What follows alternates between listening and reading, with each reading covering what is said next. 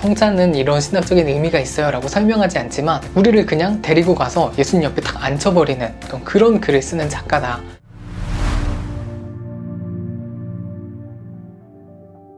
네, 안녕하세요. 오늘의 신학 공부의 장미혁입니다. 오늘은 성찬에 관한 이야기를 준비했습니다. 그래서 이 성찬, 성만찬이라는 것이 기독교 신앙에서 정말 중요하거든요. 그러니까 세례가 기독교 신앙으로 들어가는 문턱 같은 역할을 한다면 이 성찬은 매주 예배 때 성찬을 행하면서 우리가 그리스도인이라는 것을 기억하고 이 세상 속에서 어떻게 살아가야 할지를 배우게 되는 시간, 또 결단하게 되는 시간이 바로 이 성찬입니다. 그런데 이렇게 매주 성찬을 하는 게 가장 좋은데 사실 한국교회에서는 그렇지 못한 경우가 많죠. 그래서 통계 자료에 따르면 대부분의 교회들이 1년에 3번에서 4번 정도 성만찬을 행한다고 합니다. 그래서 한국교회가 비교적 이런 성찬, 아니면 교회력, 교회 예전의 부분에 조금 소홀한 면이 있는 것 같아요. 아무래도 미국의 대각성 운동의 영향을 받아서 회중이 이렇게 뜨거운 예배, 뭔가 생동감 있는 예배를 지향하다 보니까 전통적인 절기나 예식, 형식들에 대해서는 조금 부정적으로 생각했던 면이 있는 것 같고요. 또 하나는 이런 예식들, 절기들을 중세 가톨릭의 잔재다라고 오해하는 분들이 많으신 것 같습니다. 그런데 이 성찬이나 절기들은 사실 초대교회부터 아주 중요한 전통이었고 종교개혁자들 역시 이 성찬을 목숨처럼 생각했습니다. 그래서 종교개혁자들은 당시 중세 부패한 가톨릭의 여러 가지 모습들, 믿음 없는 외식적인 신앙의 모습들, 어떤 형식적인 것들, 또 믿음과 상관없이 어떤 면벌부, 면죄부나 성찬에 참여한 것만으로 은혜나 구원이 주어진다는 이런 미신적인 태도들에 맞서서 개혁을 단행을 했죠. 이 종교개혁자들이 중세 이런 예배 전통들을 아주 대대적으로 개혁을 했지만 끝까지 포기하지 않은 3가지가 있습니다. 그게 바로 세례, 성만찬, 말씀 선포입니다. 이 땅에서 진정한 교회를 구분하는 3가지 기준, 3가지 표지로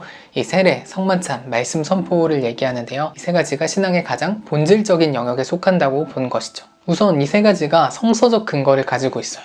예수님이 직접 세례를 받으셨고 예수님이 또 세례를 베풀라고 명령을 하시죠. 그리고 이 성만찬 같은 경우도 예수님이 잡히시기 전에 떡과 포도주를 드시고 이제 축사하시고 너희가 이것을 계속 행하면서 나를 기념하라 라고 말씀하셨기 때문에 예수님으로부터 유래된 성서적인 전통이고, 그리고 초대교회는 이 전통 위에서 교회를 세우고 교회의 그 신앙을 계속해서 발전시켜 왔죠. 그래서 이렇게 성서적으로 보나 역사적으로 보나 이 성만찬이라는 것은 굉장히 중요하고, 또 최근 신학계에서도 이 중요성이 새롭게 논의가 되고 있는데요. 제임스 스미스라는 학자는 습관이 영성이다 이런 얘기를 하면서 우리가 욕망하는 것이 우리의 정체성을 형성한다, 우리가 욕망하는 게 우리 자신이다 라고 얘기를 해요. 그래서 우리가 몸으로 하는 것들이 아주 중요한데 우리가 반복하는 습관들, 반복하는 어떤 몸짓, 행위, 어떤 특정한 예식들 를 통해서 우리의 정체성, 우리의 신앙, 우리의 가치관이 형성이 된다는 거죠. 그래서 매주 행하는 이 성만찬은 기독교 신앙을 만들어가는, 기독교 신앙을 형성하는 가장 중요한 요소다라고 얘기를 하는 겁니다. 성찬이 이렇게 중요하고 또 이 성찬 안에는 아주 풍부하고 심오한 어떤 신앙적인 또 신학적인 의미가 담겨 있습니다. 그래서 이제 이 성찬을 좀 더 깊이 이해하는 3가지 길에 대해서 나눠보도록 할게요. 크게 보면 이성, 감성, 의지 영역으로 생각해 볼 수 있을 것 같아요. 그래서 첫 번째, 이성적 접근입니다. 그래서 이성적 접근은 좀 이런 성찬에 관한 신학적 논의들을 살펴보는 거죠. 이 성찬을 뜻하는 신학 용어가 대표적으로 4가지가 있거든요. 먼저 성찬을 유카리스트라고 부르기도 하는데요. 이 유카리스트는 감사라는 뜻에서 유래가 되었습니다. 주님에 대한 감사, 감격을 뜻하는 단어고요. 또 코뮤니온이라는 단어도 있는데요. 이 단어는 교제를 뜻하죠. 주님의 식탁에서 나누는 교제, 어떤 사귐 같은 것들을 의미하고요. 3번째는 주님의 만찬, 어떤 죄인을 부르시고 소외된 이들을 그 식탁으로 초대하시는 주님의 만찬을 의미하는 단어고요. 4번째는 미사라는 단어가 있죠. 이건 원래 예배를 마치다 라는 뜻이 있고, 또 가톨릭에서는 이 성찬을 좀 희생제사의 개념으로 바라보기도 합니다. 그리고 또 이 성찬에 예수님이 어떻게 임재하시는가에 관해서도 4가지 입장이 있어요. 이 떡과 포도주가 예수님의 살과 피로 변한다 라고 보는 가톨릭의 화채설의 입장이 있고요. 이 떡과 포도주 곁에 예수님이 함께 계신다 라고 보는 루터의 공제설이 있고, 이 성찬이 행해지는 자리에 예수님이 영적으로 임재하신다는 칼뱅의 영적 임재설, 그리고 이 떡과 포도주는 예수님을 기념하고 기억하는 것이다 는 츠빙글리의 기념설이 있습니다. 그래서 이렇게 성찬에 관한 여러 가지 논의들이 있고 어떤 교파별 차이가 있는데요. 이 내용들에 대해서는 제가 라이브 채널에 따로 1시간 정도 정리해 놓은 영상이 있으니까 그걸 참고해 주시면 좋을 것 같습니다. 조직신학자 다니엘 밀리오리가 한 얘기가 있는데요. 이 성찬의 자리, 예수님의 식사 자리에는 항상 죄인들, 소외된 자들이 초대되었잖아요. 소외된 자들과 함께 하셨던 예수님의 식사라는 그 예수님의 실천이 성찬과 분리될 수 없다. 그래서 성찬은 윤리적 함의를 지닌다 라고 보는 거죠. 그래서 성만찬은 자신을 내어주고 남을 긍정하며 공동체를 세워가는 사랑을 확장하는 도전이다 라고 밀리오리는 얘기를 하고 있습니다. 그 성찬은 신학적으로 또 기독교 윤리적으로 아주 중요한 의미를 지니고 있다고 볼 수도 있겠죠. 네, 성찬을 이해하는 길 두 번째는 감성적 접근입니다. 사실 이게 정말 중요한데요. 저희가 이제 뭔가를 논리적으로 설명할 수 있고 이렇게 얘기를 할 수 있지만 사실 직관적으로 느끼는 게 더 중요할 때가 있어요. 어떤 느낌적인 느낌? 그런 건데 그런 거 있잖아요. 아이유 새 앨범이 나왔는데 이 앨범이 아이유 창법이 막 어떻고 코드 진행이 어떻고 막 편곡이 어때서 되게 좋아 이렇게 막 설명할 수 있지만 사실 딱 노래를 직접 들어보면 이거 되게 좋다, 이 음악 되게 좋은데 하는 그 느낌 있잖아요. 사실 그게 더 중요할 수 있거든요. 그러니까 기독교 신앙도 마찬가지죠. 성찬에 대해서 여러 가지 논의를 할 수 있지만 예수님과 함께하는 그 식사의 느낌, 예수님이 환대하는 그 느낌, 예수님 안에서 용납되는 느낌, 이런 것들, 이런 감각으로 경험하는 게 오히려 더 중요할 수 있다는 거죠. 그래서 이 성찬을 감각적으로 이해하는 걸 아주 탁월하게 보여주는 작품이 3월에 출간된 윌리엄 윌리몬의 오라 주님의 식탁으로 라는 책입니다. 윌리엄 윌리몬 목사님의 3부작의 두 번째 책인데요. 1편은 세례에 관한 책이었어요. 기억하라 내가 누구인지를 해서 세례에 관해 다루고 있고 2편이 성찬에 관한 책 오라 주님의 식탁으로입니다. 그리고 3편은 예배에 관한 책인데 아직 국내에는 번역되지 않았고요. 아마 이 오라 주님의 식탁으로 판매 부스에 따라 그래서 아마 많은 분들이 윌리엄 윌리몬이 누구지? 약간 좀 생소하실 거예요. 그래서 저도 그랬는데 이분을 좀 소개해드리려고 제가 검색을 해봤는데 나오는 자료가 위키피디아밖에 없어요. 그만큼 국내에는 정말 소개가 안 된 분이고 그나마 이분의 이름을 들어본 게 스탠리 하우어스 옆에서 들어본 적이 있죠. 하나님의 나그네 된 백성 같은 책을 보면은 스탠리 하우어스, 윌리엄 윌리몬 공적 이렇게 나오거든요. 그래서 스탠리 하우어스 옆에 있던 그 사람 이런 느낌으로 국내엔 많이 알려져 있는데 사실 알고 보면 이 윌리엄 윌리몬이 미국에서는 스탠리 하우어스보다 오히려 훨씬 유명한 더 영향력 있는 목회자라고 합니다. 그래서 이분은 예일 에모리에서 공부를 했고 28살에 듀크대 교수가 됩니다. 28살의 교수라니. 그리고 미국의 양대 기독교 저널이 있는데 그 중에 하나인 크리스천 센츄리의 편집자로도 일을 해요. 그러니까 이분이 굉장히 젊은 시절부터 어떤 글에 대한 감각, 글을 쓰고 글을 비평하는 능력이 정말 탁월했던 거죠. 그래서 이분이 쓴 책이 미국에서 100만 부 이상 팔리는데 한 어떤 조사에 따르면 미국에서 가장 영향력 있는 기독교 작가 2명을 꼽으면 가톨릭 측의 헨리 나우엔과 개신교 측의 윌리엄 윌리몬을 꼽을 수 있다라고도 합니다. 또 베일러 대학교에서 당대 가장 영향력 있는 설교자 12명을 선정을 했는데 빌리 그레함과 함께 윌리엄 윌리몬이 선정이 됐어요. 그래서 국내는 잘 안 알려졌지만 사실 미국에서는 어떤 팀 켈러, 존 스토트, 유진 피터슨 이런 사람들처럼 영향력 있는 목회자 중에 하나이고 거의 목회자들의 목회자, 설교자들의 설교자 같은 타이틀을 달 수 있는 탁월한 기독교 지도자라고 합니다. 근데 이분이 설교를 정말 잘해요. 그러니까 글도 그렇고 설교도 그렇고 이분의 이제 딱 하는 스타일이 내러티브 설교의 전형을 보여주거든요. 이제 이 내러티브 설교는 현대 설교에서 굉장히 중요한 스타일인데 이야기, 서사적 구조를 적극적으로 활용하는 거예요. 발단, 전개, 위기, 절정 이런 어떤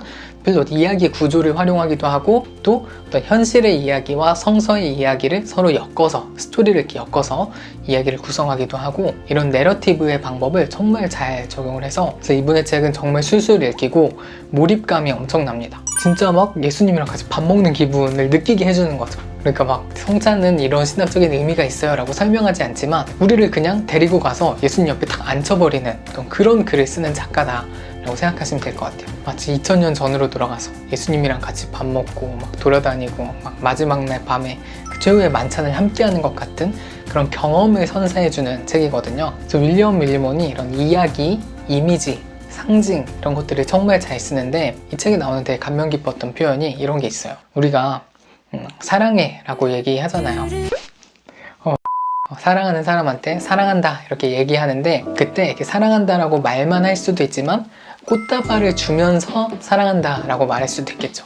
그러니까 이 둘의 차이를 생각해 보는 거예요. 그냥 사랑한다고 말만 하는 것과 사랑한다고 말하면서 꽃다발을 주는 것, 이 둘은 아주 다른 경험이거든요. 이 꽃다발에 담긴 여러 상징들, 그리고 이 진심, 나를 생각하는 그 마음이 느껴지기 때문에 이 감동은 비교할 수가 없죠. 또 같은 맥락에서 누군가한테 수고했어 라고 말하는 것과 수고했어 말하면서 안아주는 것, 안아줄 때 그 따뜻한 느낌, 이건 또 굉장히 다르잖아요. 윌리엄 밀리몬이 말하는 성찬은 그런 거예요. 예수님이 떡과 포도주를 우리에게 주시면서 우리 함께 식사를 나누면서 예수님이 자신의 사랑을 눈에 보이는 형태로 우리가 직접 피부로 경험할 수 있게 만들어준 사건이 바로 이 성찬이라는 거죠. 그래서 우리는 2000년이라는 시간이 지났지만 지금도 이 성찬을 나누면서 예수님과 식사하는 그 기분으로, 예수님이 우리를 이렇게 따뜻하게 안아주는 그 느낌을 성찬 가운데 느낄 수 있고, 그것에 힘입어서 또 우리 세상 가운데 살아갈 수 있다는 걸 이 윌리몬이 얘기를 해줍니다. 그러니까 이런 이야기들이 정말 너무 감동적이고 좋아요. 제가 이 책을 읽고 이제부터 내 설교의 롤모델은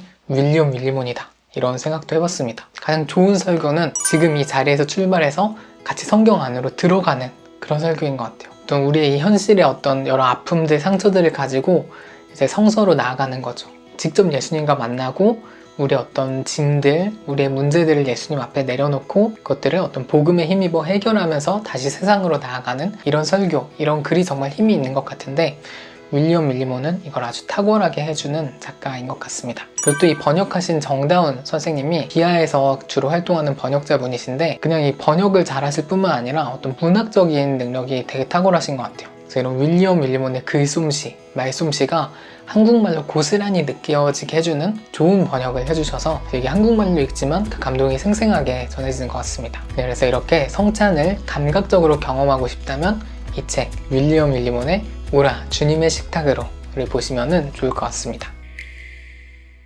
그리고 세 번째, 이제 의지적 접근이 있는데요. 의지적 접근이라는 거는 이제 어떤 결단, 고백의 차원을 의미하는 거죠. 그래서 대표적으로 어떤 찬양을 부르는 게 이런 의지적인 영역과 굉장히 잘 연결이 될 수 있을 것 같아요. 그러니까 이 노래를 부르면서 우리가 우리의 마음을 고백해보고 또 이렇게 살기로 결단하는 시간이 될 수 있잖아요. 그래서 이렇게 성찬과 관련된 찬양을 찾아보니까 오레브라는 팀이 있더라고요. 그 팀에서 나온 그 팀이 만든 주님의 성찬회라는 곡이 있습니다. 그래서 이 곡이 되게 좋아요. 음악도 되게 좋고 가사도 되게 좋더라고요. 보면 1절은 어떤 교회 공동체가 이제 성찬으로 나아가면서 고백하는 가사들을 담고 있어요. 그래서 어떤 예수님의 사랑, 예수님의 십자가를 기억하고 우리라는 이 교회 공동체가 이 성찬에 참여합니다. 이 성찬을 임재하시는 예수님, 이 성찬을 통해서 예수님을 기억하는 것, 성찬을 통해 공동체의 하나됨을 고백하는 것, 이런 어떤 신학적인 의미들이 1절 가사에 잘 담겨 있고요. 보면은 간주가 되게 길어요. 떡과 잔을 받아서 이제 먹고